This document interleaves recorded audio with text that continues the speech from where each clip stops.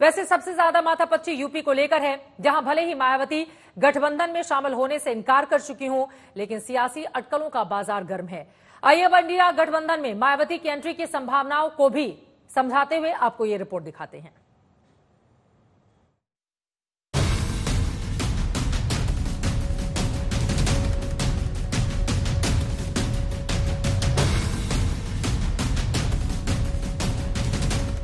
क्या अखिलेश और राहुल की जोड़ी यूपी में अपना दम दिखाएगी?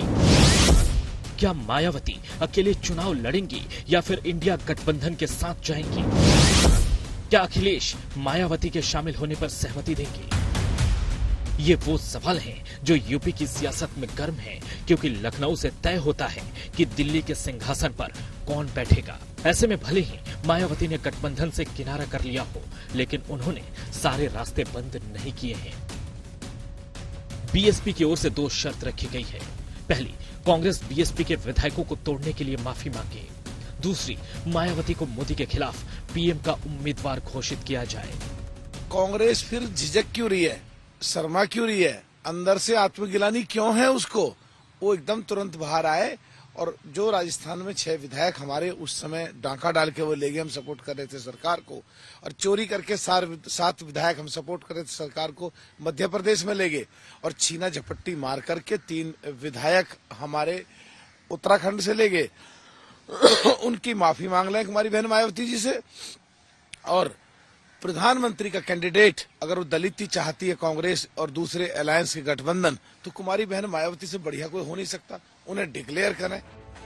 जिस मायावती को पीएम बनाने की बात बीएसपी कर रही है, उस पर इंडिया गठबंधन में पहले ही घमासान मचा हुआ है। ममता ने इंडिया गठबंधन की आखिरी मीटिंग में खड़गे के नाम का ऐलान किया, जिसके पीछे की दलील दलित चेहरा था।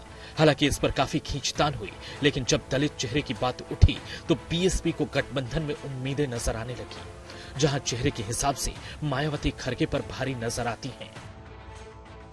मल्लिकार्जुन खड़गे कांग्रेस की ओर से दलित चेहरा है, लेकिन मायावती के साथ दलित के साथ महिला फैक्टर भी जुड़ा हुआ है। खड़गे कर्नाटक से आते हैं, जिनकी उत्तर भारत में स्वीकार्यता थोड़ी मुश्किल हो जाती है। वहीं मायावती देश के सबसे बड़े सूबे यूपी से आती हैं, जो 80 सीटों पर असर डालती हैं। वहीं हिंदी बेल्ट में कई और राज्यों से बीएसपी सीटें लाती है। मायावती 4 बार यूपी जैसे राज्य की मुख्यमंत्री रही हैं, जबकि मल्लिकार्जुन खड़गे के पास ऐसा कोई अनुभव नहीं है। ये तो हुई पीएम चेहरे की बात। यहाँ मुद्दा सीटों के बंटवारे का भी है।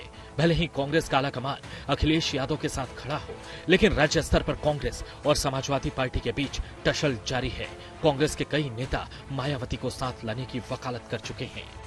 बहन जी से मेरा हाथ जोड़ के निवेदन है, लोकतंत्र को बचाने के लिए, देश को बचाने के लिए, संविधान को बचाने के लिए, बेरोजगारों के सवाल पर, महंगाई के सवाल पर, जातिगत जनगणना के सवाल पर इंडिया अलायंस का पार्टनर होना चाहिए।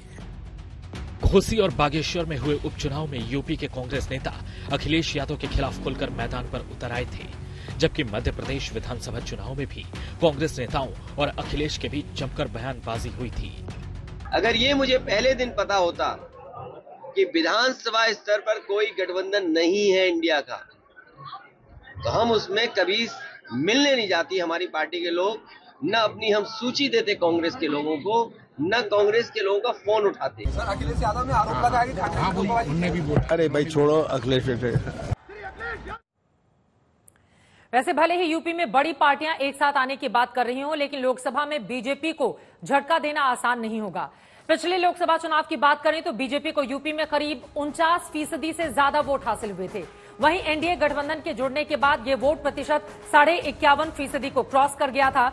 जबकि विपक्ष की बात करें तो बीएसपी को तकरीबन 20%, समाजवादी पार्टी को 18%, आरएलडी को करीब 2% और कांग्रेस को 6% वोट मिला था। अगर इन सभी का वोट प्रतिशत मिला भी दें तो ये हो जाता है 47।